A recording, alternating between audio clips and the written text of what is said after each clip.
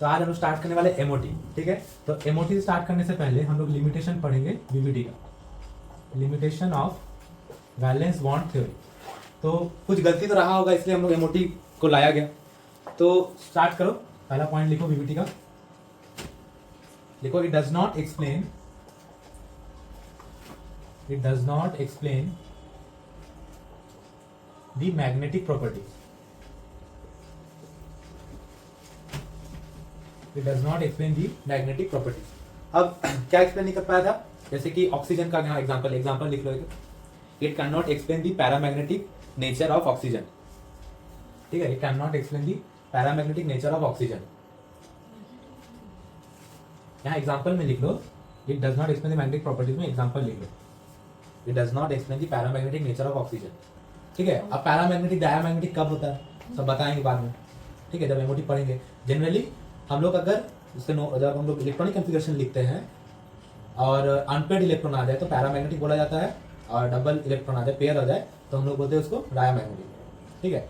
अब इसमें क्या होता है कि पैरामैग्नेटिक क्या है, डायमैग्नेटिक क्या है, पढ़ेंगे अच्छे से। जब कोई मान लो मैग्नेट का फील्ड है, मैग्नेटिक फील्ड है, उसमें अगर ला रहे हैं, अट्रैक्ट हो रहा है, रिपेल हो रहा है, तो ये सब के ऊपर पैरामैग्नेटिक डायमैग्नेटिक बोला गया है, ठीक है। तो उसको बाद में अच्छे से पढ़ेंगे, अभी लिमिटेशन डिस्कस करते हैं। सेकंड पॉइंट लिखो, it can not explain, it cannot explain the formation of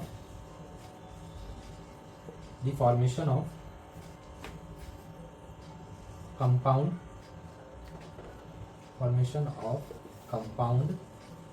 of D block, D block के जो कंपाउंड इसको फॉर्मेशन को डिस्कस नहीं कर पाया। Third point, it can not explain the color indication by coordination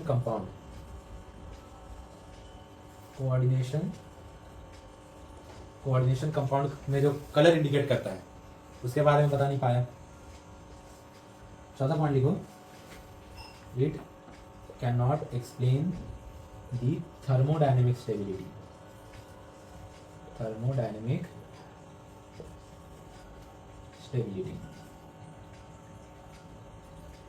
और एक है काइनेटिक स्टेबिलिटी।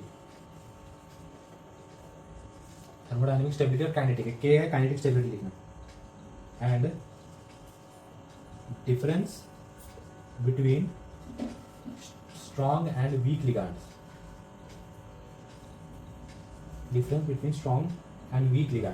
ठीक है। लिगांड्स को पता होगा क्या है, स्ट्रॉन्ग एंड वीक लिगांड्स। तो ये चार डिमेरिट्स था वैलेंस बॉन्ड थ्योरी का। लिगैंड्स बताए थे ना, लिगैंड्स तुम्हारा जब कोऑर्डिनेशन कंपाउंड पढ़ोगी ना तब तुमको और अच्छे से समझ में आएगा। जैसे कि मान लीजिए एक सेंट्रल एटम है, उसमें साइड एटम जुड़े हुए हैं, तो उसको हम लोग लिगैंड बोलते हैं। वो स्ट्रॉन्ग भी हो सकता है, वीक भी हो सकता है, जैसे साइनाइड स्ट्रॉन्ग होता है, ठीक है। तो लिगैंड्स का जो डिफरेंस है, दोनों में जो डिफरेंस है वो समझा नहीं पाया वीबीटी। चलो, तो वीबीटी के बाद हम लोग वेस्पर्ड थ्योरी पढ़े थे, तो उसका भी लिमिटेशन जान लेते हैं। पहला पॉइंट लिख लो, it fails to predict the shapes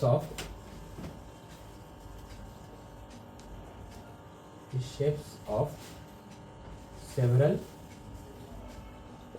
isoelectronic species and transition metal complexes, ठीक है। आइसो इलेक्ट्रॉनिक स्पीशीज का क्या होगा पता ही है, सेम इलेक्ट्रॉन, ठीक है। उसका क्या हुआ, इसका शेप्स को बता नहीं पाया। जैसे एग्जांपल में लिख लो IF7- और TeF7- टेलुरियम, दोनों का ही क्या होता है 56 आनायन है, दोनों का ही सेंट्रल जो एटम है दोनों में 56 आनायन है, ठीक है। लेकिन शेप्स जो है डिफरेंट है, बट डिफरेंट शेप्स, ठीक है। इसको इसी को एक्सप्लेन नहीं कर पाया कि दोनों का सेम होने के बावजूद भी, सेम इलेक्ट्रॉन होने के बावजूद दोनों के शेप्स क्यों डिफरेंट है, इसको एक्सप्लेन नहीं कर पाया। नेक्स्ट देखो, unable to explain the overlapping of atomic orbitals,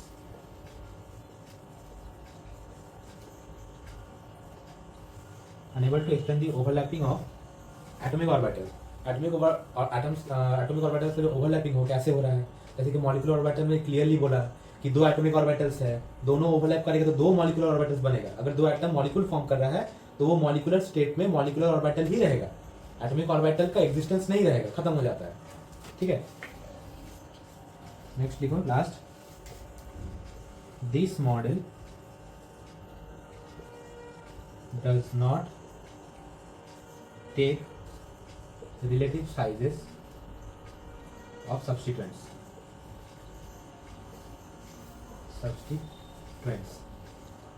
This model does not take relative size of substituents. जैसे कि मान के चलो कोई जब ऑर्गेनिक पढ़ोगी तो एक फॉर्मूले में, एक लॉन्ग चेन में अलग अलग सब्स्टिट्यूएंट्स लगे रहेगा, मिथाइल इथाइल लगे रहेगा, तो उसका भी साइजेस है।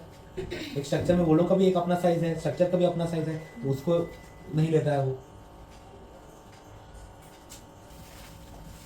तो अब हम लोग स्टार्ट करते हैं molecular orbital theory by R.S. मोलिकन और F. हंट। ठीक है, R.S. मोलिकन और F. हंट। तो इसका पहला पोस्टुलेट लिखो, मॉलिक्यूलर ऑर्बिटल थ्योरी का पहला पोस्टुलेट लिखो।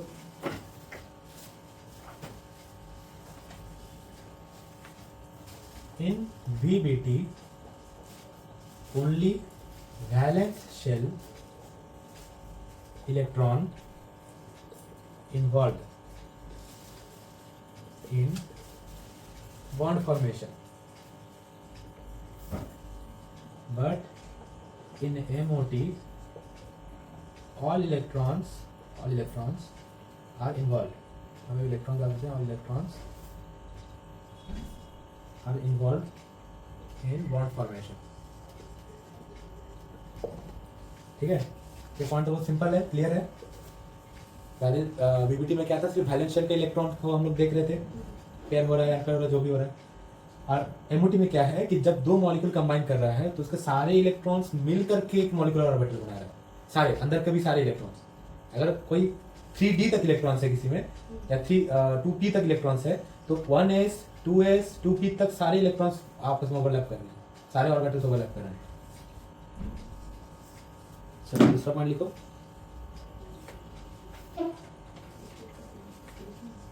when molecular orbital MO are formed, then atomic orbital AO lose their identity. ठीक है, after formation of molecular orbital atomic orbital का कोई एग्जिस्टेंस नहीं रहता है।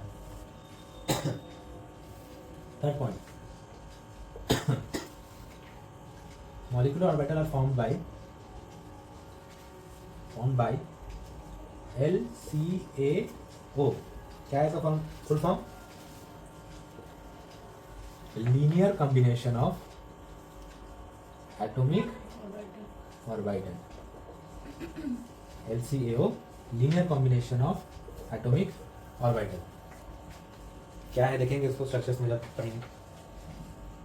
ठीक है, अब ये LCAO जो है इसको हम थोड़ा वेव्स के टर्म्स में देखते हैं, क्योंकि हम लोग को पता है कि जब कोई भी माइक्रोस्कोपिक ऑब्जेक्ट है और हाई स्पीड में मूव कर रहा है तो अपने पाथ में वो वेव जनरेट करता है।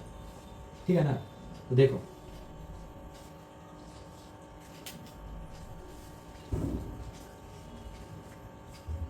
प्लस और माइनस।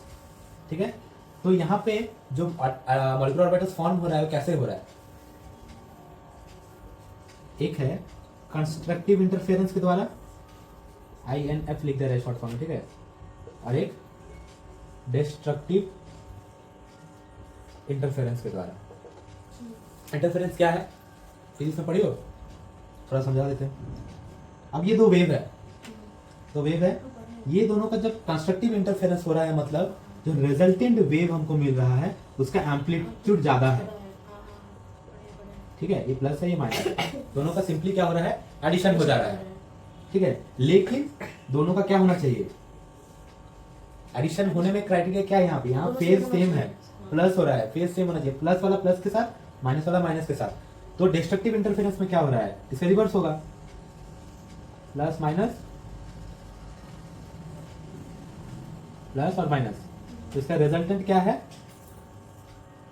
और छोटा हो जाएगा, छोटा हो गया, प्लस और माइनस, ठीक है, सब्ट्रैक्ट हो गया, एम्पलीट्यूड जो दोनों का एम्पलीट्यूड था उसे छोटा वेव जनरेट हुआ।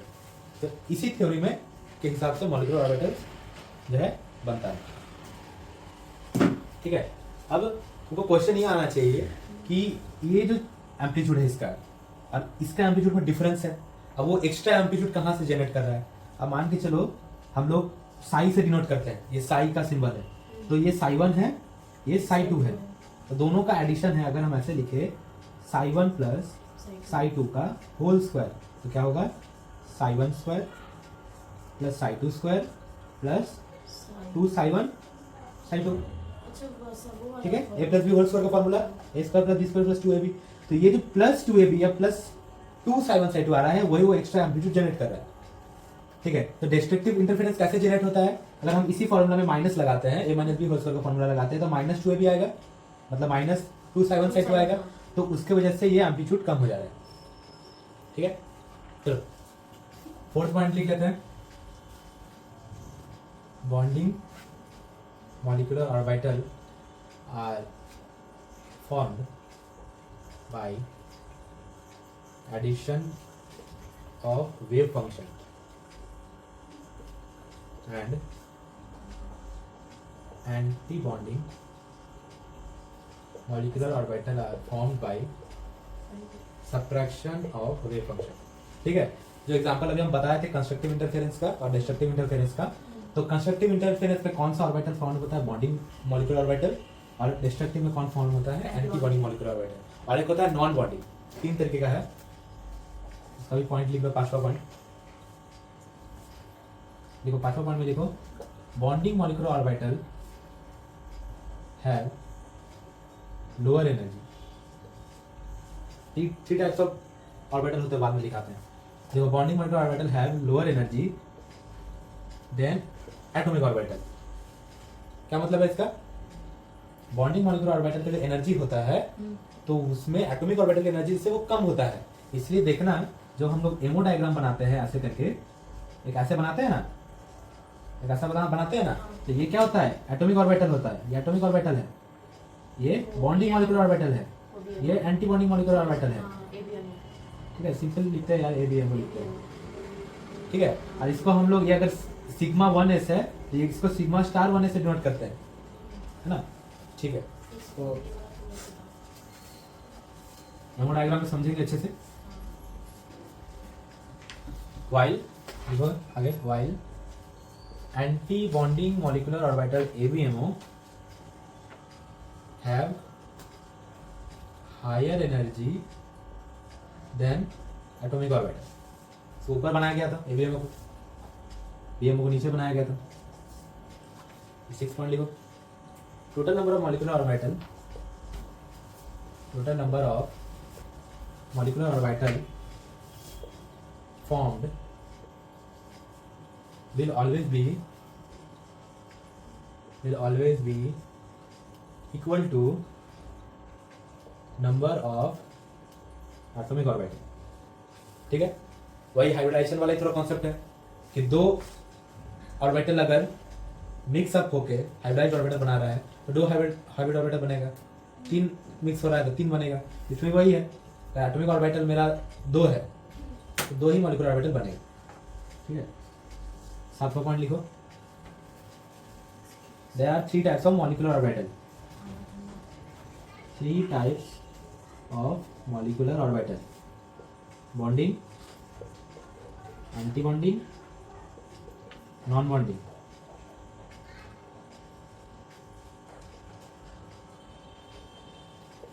नॉन बॉन्डिंग मॉलिक्यूलर ऑर्बिटल 3 तरीके का। 8वां point,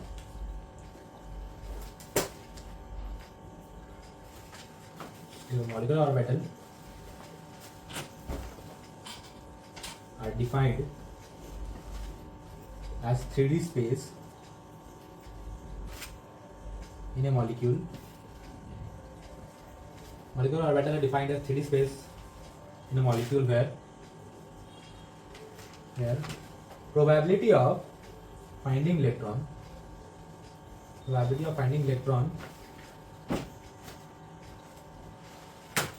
is maximum and its stability depends on bond order. ठीक है, मॉलिक्यूलर ऑर्बिटल क्या है? 3D स्पेस में एक ऐसा जगह जहां इलेक्ट्रॉन को पाने का प्रोबेबिलिटी सबसे ज्यादा होता है. ठीक है, और उस मॉलिक्यूलर ऑर्बिटल का स्टेबिलिटी मेरे बॉन्ड ऑर्डर के ऊपर डिपेंड करेगा, मतलब डायरेक्टली प्रोपोर्शनल है. ठीक है, चलो last point. All rules like तुम्हारा जो हम लोग पढ़े थे ऑफबर्ग, उसके बाद हंस एंड पॉलीज आर वैलिड. इसका आगे भी लिख सकते हो in electron in the filling of electron in molecular orbital. ठीक है, ये सब रूल्स पहले हम लोग पढ़े हुए हैं ना. ऑल रूल्स ऑफ बर्ग, हंस और पॉलीज. इलेक्ट्रॉन हाँ पहले एटॉमिक स्ट्रक्चर में है, इसमें नहीं है, लेकिन ये सब रूल प्रीवियस चैप्टर में था. तो जैसे ये इसमें कंडीशन था कि ऑर्बिटल्स में इलेक्ट्रॉन को जैसे भरेंगे मॉलिक्यूलर ऑर्बिटल्स में भी वैसे ही भरना है, अलग से कोई रूल नहीं है, इन्हीं का रूल फॉलो होता है. तो अभी हम लोग एमओ डायग्राम देख लेते हैं. ठीक है, एमओ डायग्राम में दो केस होता है. ठीक है, केस 1 है तुम्हारा if number of electron less than equals to 40. ये तुम्हारा पहला केस है. ठीक है, बोर्ड में हटेगा नहीं, तो दो केस एक्चुअली साइमल्टेनियसली दिखाने से अच्छा रहता है, तो एक ही केस दिखा रहे हैं. देखो नीचे से स्टार्ट करना पड़ेगा.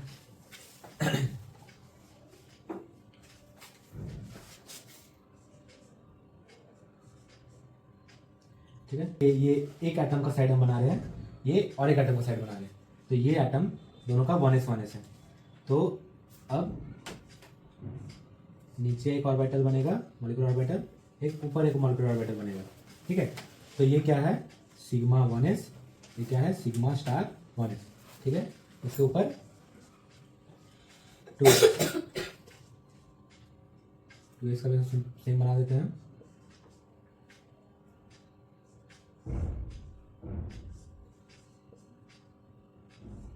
ये क्या है sigma 2s sigma star 2s. ठीक है, ये बॉन्डिंग है, ये एंटी बॉन्डिंग है. ठीक है, अब 2p का ध्यान से देखना.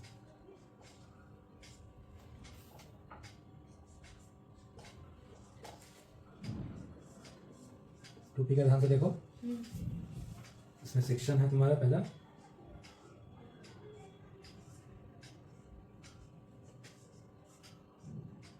पाई 2px, दूसरा वाला पाई 2py.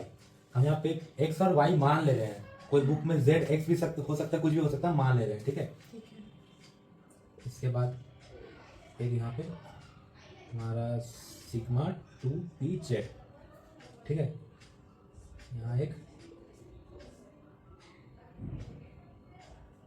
पाई, ये दोनों जो सिग्मा 1 बना था, यहाँ हमारा बॉन्डिंग बना था, यहाँ पे एंटी बॉन्डिंग करना है. पाई स्टार 2px पाई स्टार 2py, और एकदम टॉप में रहेगा मेरा इसका anti bonding sigma star 2pz.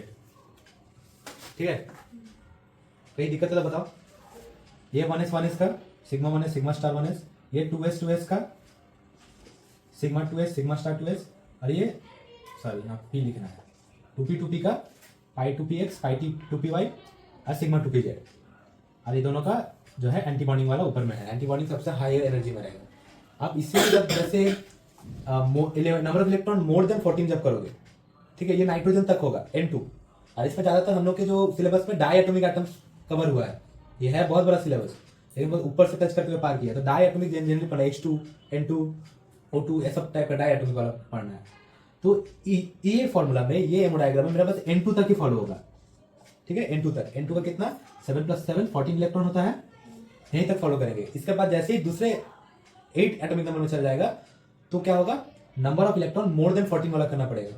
दोनों में डिफरेंस ये है कि ये ऊपर चल जाता है, ये नीचे आ जाता है, ठीक है, और कोई डिफरेंस नहीं है। जैसे हम लोग इलेक्ट्रॉनिक कन्फिगरेशन भी बताएंगे कैसे लिखेंगे। इलेक्ट्रॉनिक कन्फिगरेशन लिख लो, बता देते हैं, यहाँ जगह है। यहाँ कैसे लिखेंगे, पहले sigma 1s sigma star 1s, ठीक है। उसके बाद ये है, जैसे कि हम लोग जैसे कि ऊपर की तरफ बढ़ेंगे ना तो एनर्जी बढ़ता है, ठीक है, ऊपर जैसे जाते जाते रहेंगे एनर्जी बढ़ेगा। सिग्मा 1s, इसके बाद sigma star 1s, sigma 2s sigma star 2s। उसका क्या है, पाई 2px और पाई 2py का एनर्जी मेरा सेम है, क्योंकि सेम लेवल में है। ध्यान से देखो इसको, बाद में लिखना। अब इसके बाद है सिग्मा 2pz इसके ऊपर। इसके बाद एंटी बॉन्डिंग में जाएंगे, pi star 2px equals to pi star 2py, energy same.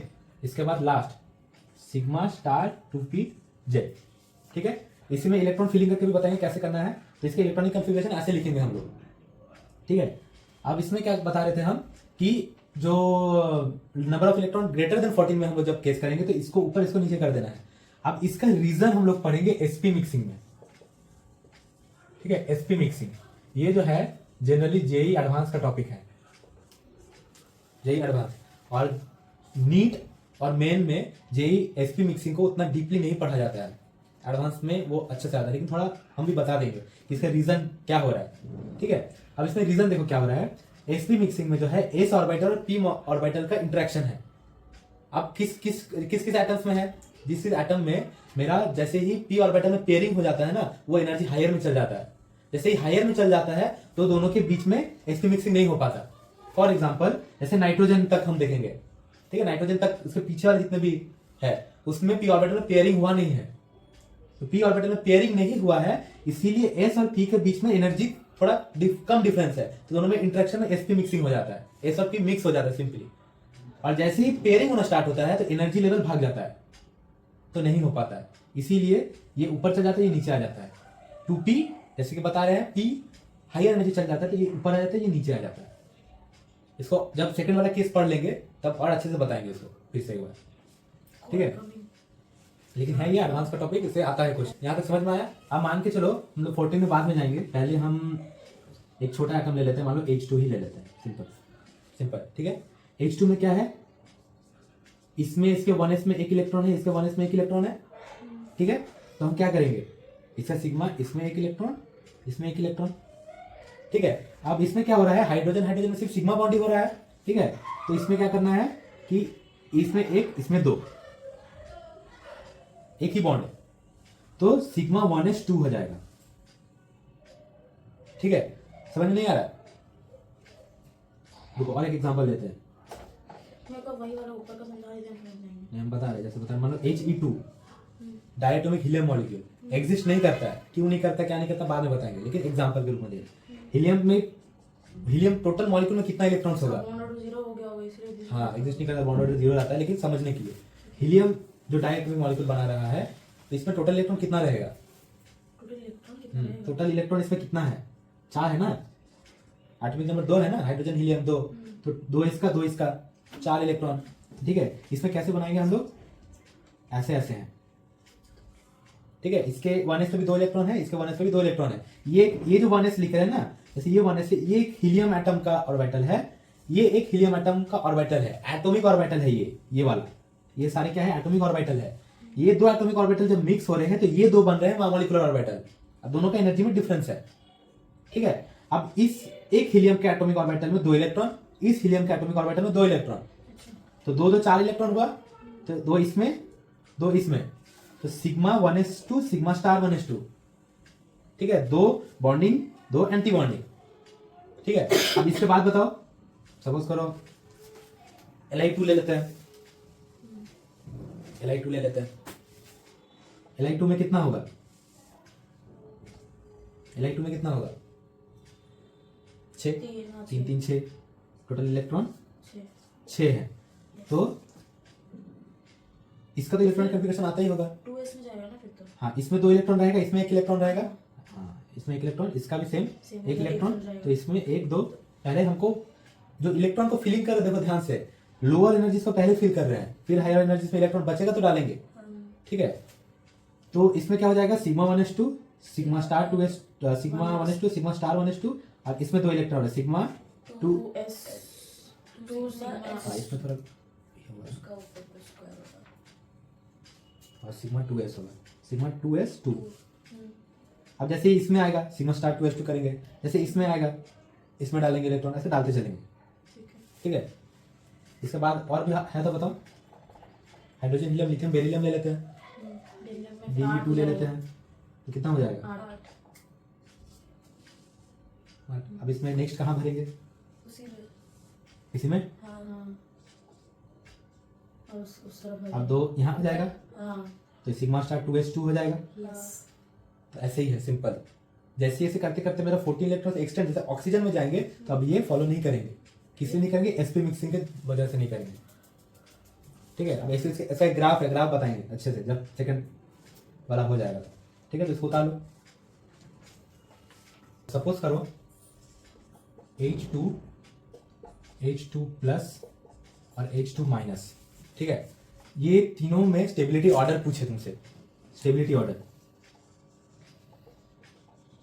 तो क्या बताओगे, कैसे बताओगे इसका स्टेबिलिटी ऑर्डर कैसा है, ठीक है। तो पहला स्टेप 1 क्या है, मेरा स्टेप 1 ये है कि हमको इसका इलेक्ट्रॉनिक कन्फिगरेशन लिखना है सारे का, ठीक है।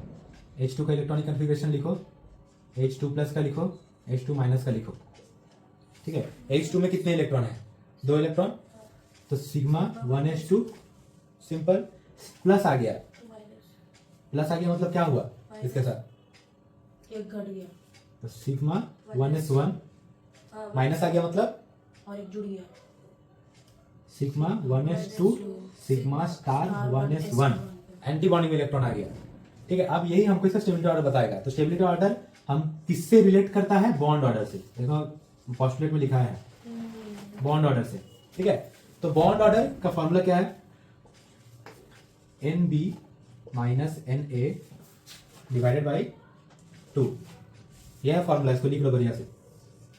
अब NB क्या है, number of electrons in bonding orbital minus number of electrons in anti bonding orbital, अच्छा ऐसा हाँ, number of electrons in bonding orbital minus number of electrons in anti bonding orbital, ठीक है। तो इसमें हम निकाल लेते हैं तीनों का, मान लो बॉन्ड ऑर्डर निकाल लेते हैं तीनों का, ठीक है। अब इसमें क्या है, बॉन्डिंग इलेक्ट्रॉन में 2 है, तो 2/2 1 आ जाएगा बॉन्ड ऑर्डर। बॉन्ड ऑर्डर 1 मतलब आ गया, क्या क्या मतलब हम समझेंगे कि हाइड्रोजन और हाइड्रोजन के बीच में एक बॉन्ड है, इसमें 1 है, क्या आ जाएगा, हाफ आ जाएगा, और इसमें 2 माइनस 1, 1/2 एंटी बॉन्डिंग में एक ही इलेक्ट्रॉन है, सिग्मा स्टार 1s1 एक इलेक्ट्रॉन, और सिग्मा 1s2, तो 2 माइनस 1 हाफ आ जाएगा इसमें भी। अब हम समझते थे कि बॉन्ड ऑर्डर जो है डायरेक्टली प्रोपोर्शनल टू स्टेबिलिटी बताता है, लेकिन ये दोनों तो सेम हो गया, ठीक है। उस केस में एक लाइन लिखो, बता रहे हैं, लिखो, लिख देते लाइन इसमें, if bond order is same then stability depends on, इसको ऐसे लिखते हैं, stability can be checked by lesser number of anti bonding electron, ठीक है। क्या बोला जा रहा है, अगर बॉन्ड ऑर्डर सेम है तो स्टेबिलिटी को कैसे चेक करेंगे, laser number of anti bonding electron, मतलब जिसका एंटी बॉन्डिंग इलेक्ट्रॉन में या नहीं होगा या एंटी बॉन्डिंग इलेक्ट्रॉन कम होगा, उसके हिसाब से हम स्टेबिलिटी चेक करेंगे। अब इसमें देखेंगे कि एंटी बॉन्डिंग इलेक्ट्रॉन तो भाई इसका आ गया है, किसी में था नहीं, तो इसके और इसके बीच में ये ज्यादा स्टेबल है, due to the presence of anti bonding electron इसका स्टेबिलिटी घट जाएगा, H2 माइनस का, इसका बढ़ जाएगा, और तो इसका स्टेबिलिटी कैसे लेंगे, H2 प्लस H2 माइनस, ठीक है। तो ये एक इंपॉर्टेंट पॉइंट है लिखने का, कि कैसे बता सकते हैं। बाकी कोई भी जो पहले का जो बैलेंस बॉन्ड बेस पर ये बता नहीं पाता था कि इसको कैसे स्टेबिलिटी ऑर्डर से जाए, बॉन्ड ऑर्डर भी due to molecular orbital theory हम लोग इसको प्रूव कर सकते हैं, इसका स्टेबिलिटी ऑर्डर को, ठीक है। लिखिए ठीक है, तो बॉन्ड ऑर्डर के एक पॉइंट हमको पता चल गया क्या कि बॉन्ड ऑर्डर जो है डायरेक्टली प्रोपोर्शनल टू स्टेबिलिटी है। बॉन्ड ऑर्डर जितना ज़्यादा स्टेबिलिटी उतना ज़्यादा। दूसरा पॉइंट लिख लो, bond length is inversely proportional to bond order. मतलब अगर इसका बॉन्ड लेंथ के हिसाब से अगर कोई सजाता है, ये दोनों का अगर हम सजाते हैं, उल्टा हो जाएगा पूरा। हाँ, तो बॉन्ड ऑर्डर जितना ज़्यादा बॉन्ड लेंथ उतना कम। ठीक है, ये एक पॉइंट लिख लो। तीसरा पॉइंट यहाँ लिखा देते हैं। ठीक है, अब सिंपली समझो कि बॉन्ड एनर्जी के बारे में अगर बात किया जाए, बॉन्ड एनर्जी क्या होगा? अगर बॉन्ड लेंथ जितना ज्यादा है तब बॉन्ड एनर्जी क्या होगा, कम या ज्यादा? फिर से बोलिए। बॉन्ड लेंथ जितना ज्यादा होगा, मतलब लंबा जितना ज्यादा होगा, दो एटम्स के बीच में जितना गैप ज्यादा होगा, तो एनर्जी कम लगेगा बॉन्ड को तोड़ने में या ज्यादा लगेगा? कम लगेगा। एक बड़ा चौक का टुकड़ा लेते हैं, इजीली टूटता है। जितना छोटा पार्ट्स होता है उसको तोड़ने में और ज्यादा एनर्जी लगता है। लेकिन, क्या बोलते हैं इसे? तो हम कैसे समझेंगे? Bond energy is directly proportional to bond order. ठीक है, बॉन्ड ऑर्डर ज्यादा तो बॉन्ड लेंथ कम, तो बॉन्ड एनर्जी भी ज्यादा। ठीक है, क्लियर हो गया? लिख लो। ठीक है, तो हम देख लेते हैं लास्ट पॉइंट आज का, मैग्नेटिक नेचर। मैग्नेटिक नेचर हम कैसे बताएंगे? ठीक है, सपोज करो H2 का ही लिखते हैं, सिग्मा 1s, और इससे हम क्या बता सकते हैं? इसका मैग्नेटिक नेचर बता सकते हैं। कैसे बताएंगे? पहले तो मैग्नेटिक नेचर दो टाइप का होता है। क्या होता है? पैरामैग्नेटिक, दूसरा होता है डायमैग्नेटिक। ठीक है, पैरामैग्नेटिक और डायमैग्नेटिक। अगर मेरा इलेक्ट्रॉनिक कॉन्फ़िगरेशन में पेयर्ड इलेक्ट्रॉन है तो यहां पे पेयर्ड इलेक्ट्रॉन वाला डायमैग्नेटिक हो जाएगा और इसमें अनपेयर्ड इलेक्ट्रॉन वाला। अब दोनों में डिफरेंस क्या है? डिफरेंस क्या बताओ? एक सेकंड, अनपेड और पेड में डिफरेंस बताना है। नहीं, नहीं पैरामैग्नेटिक और वैसे डायमैग्नेटिक। अगर कौन से कैटेगरी में आएगा, जैसे इलेक्ट्रॉनिक कॉन्फ़िगरेशन हम किए और अनपेयर्ड इलेक्ट्रॉन आ गया तो वो सब्सटेंस या मॉलिक्यूल पैरामैग्नेटिक होगा। ठीक है, देखो अब ये दोनों में डिफरेंस क्या है? दोनों में डिफरेंस यही है कि अगर मैग्नेटिक फील्ड है मेरा, ठीक है, और उस मॉलिक्यूल को लेके आते हैं और उस मैग्नेटिक फील्ड में उसको अट्रैक्टेड फील हो रहा है तो पैरामैग्नेटिक है। अगर रिपल्सिव नेचर हो रहा है, दूर भाग रहा है, तो डायमैग्नेटिक। ठीक है, पास आ समझ में रहा है आया? तो पैरामैग्नेटिक, दूर भाग रहा है तो हाँ, डायमैग्नेटिक। अगर मॉलिक्यूल अट्रैक्टेड फील हो रहा है तो पैरामैग्नेटिक है, या रिपल्सिव फील कर रहा है तो डायमैग्नेटिक है। ठीक है, समझ में आया? हाँ। मैग्नेटिक नेचर लगभग सारा टॉपिक इसमें कंप्लीट कर चुके हैं, लेकिन एमओ डायग्राम ग्रेटर देन 14 वाला बाकी है, तो उसको नेक्स्ट क्लास करेंगे।